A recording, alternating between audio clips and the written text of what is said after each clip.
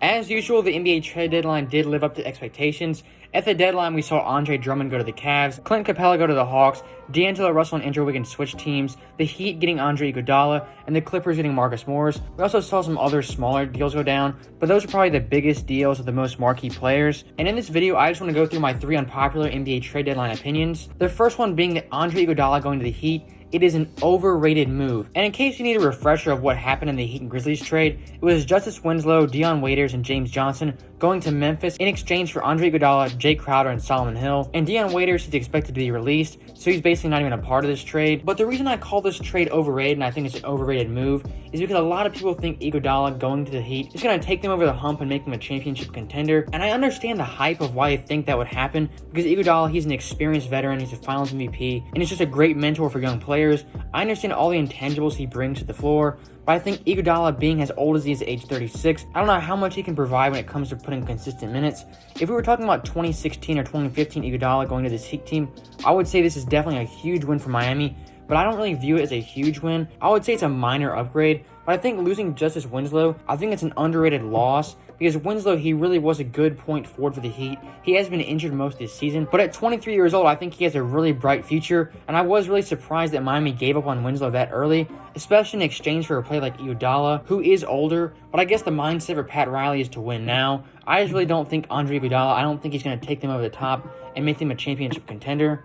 I still think Miami's in that second tier of Eastern Conference teams, along with the Celtics, Raptors, 76ers, and Pacers. So again, I think this move, it was overrated, and I don't think it improved the Heat that much. The next unpopular opinion I have is that the Warriors will benefit from Andrew Wiggins more than the Timberwolves will benefit from D'Angelo Russell. And I understand D'Angelo Russell, he is a great player. Andrew Wiggins has been kind of a disappointment. I'm not necessarily comparing those two players together. I'm just saying that Andrew Wiggins, I think his impact for Golden State, I think he fills a void that they desperately have. They needed a 3-and-D small forward, and I think Andrew Wiggins can be that for them. Buying into the system of a championship culture, I think that makes the 2021 Warriors, I think that makes them very interesting. And in all reality, I think D'Angelo Russell, I think he was always kind of on the trade block for the Warriors, because they don't really need a 3-guard lineup of Russell, Curry, and Clay. I just don't think that would have worked. And Curry and Russell, they aren't really known as great defenders.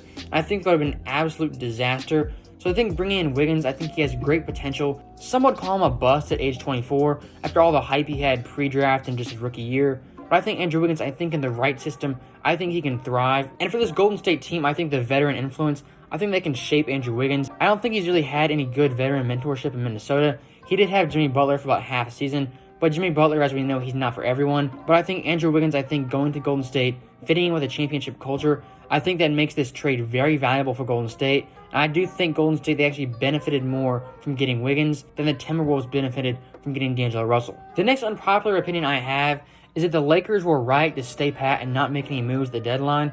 I think the Lakers are in a good spot right now. They're currently first in the Western Conference with a 38-11 record, and I think they kind of have exceeded some people's expectations. So I think them not making any moves at the deadline, I think that was the right move. Some people wanted to see Kyle Kuzma get moved for Marcus Morris, and I understand that would have made the Lakers better, but I think the Lakers, I think their main thing is having continuity. And last year with all the trade rumors and all that stuff swirling, I think the Lakers, it was smart for them to kind of remain out of the trade market. And I think they're really starting to find their groove with Anthony Davis, LeBron James. You got KCP playing better, Danny Green playing better. You got Rondo coming back, you got Avery Bradley playing good. And I think there are reports right now that Darren Collison, he might be signing with the Lakers. Taking into account, I am making this video on a Thursday, only 4 hours after the deadline. But I think this Lakers team, I think they've established an identity. I think they have all the pieces they need for a playoff run. I just think continuity is a really important thing. And if I'm a Lakers fan, I don't want to see anyone else come in and kind of mess up what they already have going, because the Lakers have been on a roll this season, going 38-11. That's better than I expected, and it's probably better than a lot of other people expected. So again, I think it was a smart move for the Lakers not to trade anyone, and not just making a move to make a move. So I think the Lakers, I think they actually did have a pretty good trade deadline by staying conservative, not making any drastic moves. So as I was making this video, I was thinking of another unpopular opinion I could have, and that was that the Marcus Morris trade to LA, that made the Clippers a championship lock and the favorites to come out of the West.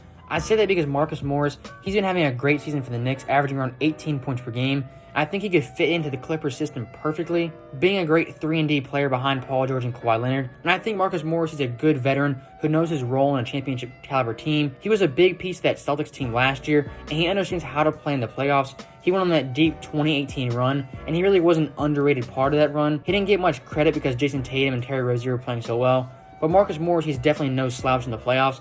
I think he does bring a lot of that veteran IQ. I think his personality-wise, I think he'll fit in great with Patrick Beverley and Montrezl Harrell. But the main thing that makes me say this trade is going to make the Clippers a lock to win the championship is the fact that they didn't have to give up Landry Shamet. All they gave up was Mo Harkless, and Mo Harkless, he's a good player. I think him in today's NBA, I think he's kind of a dime a dozen player, where you can find that solid role player who averages about 5 points, plays solid defense. I think Marcus Morris is considerably better than Harkless. I think he's a great improvement, and Landry Shamet being on this team, I think is another underrated piece of this Clippers team. He's a great three-point shooter, shooting around 40% on 6 attempts. So not having to give up Landry Shamet, I think that makes this trade even more of a W for the Clippers. And a lot of people will disagree with me that this makes the Clippers a lock to win the championship.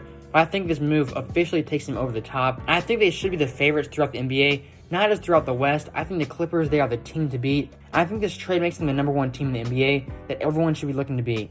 So those are all my 4 unpopular opinions. I'm making this video just 4 hours after the trade deadline, so if anything else happens, I will edit that in the description, but I think you guys can understand where I'm coming from on this. I think these opinions, they're kind of unpopular, but I do think some of them do hold some truth, and I think some of you guys might agree with them. Now, unpopular opinions are meant to be unpopular, not meant to be agreed with. I do think it'll be really interesting looking back once the season is over and seeing which teams made the right moves and which teams made the right moves by not making trades. And I think the Lakers, they will be one of those teams.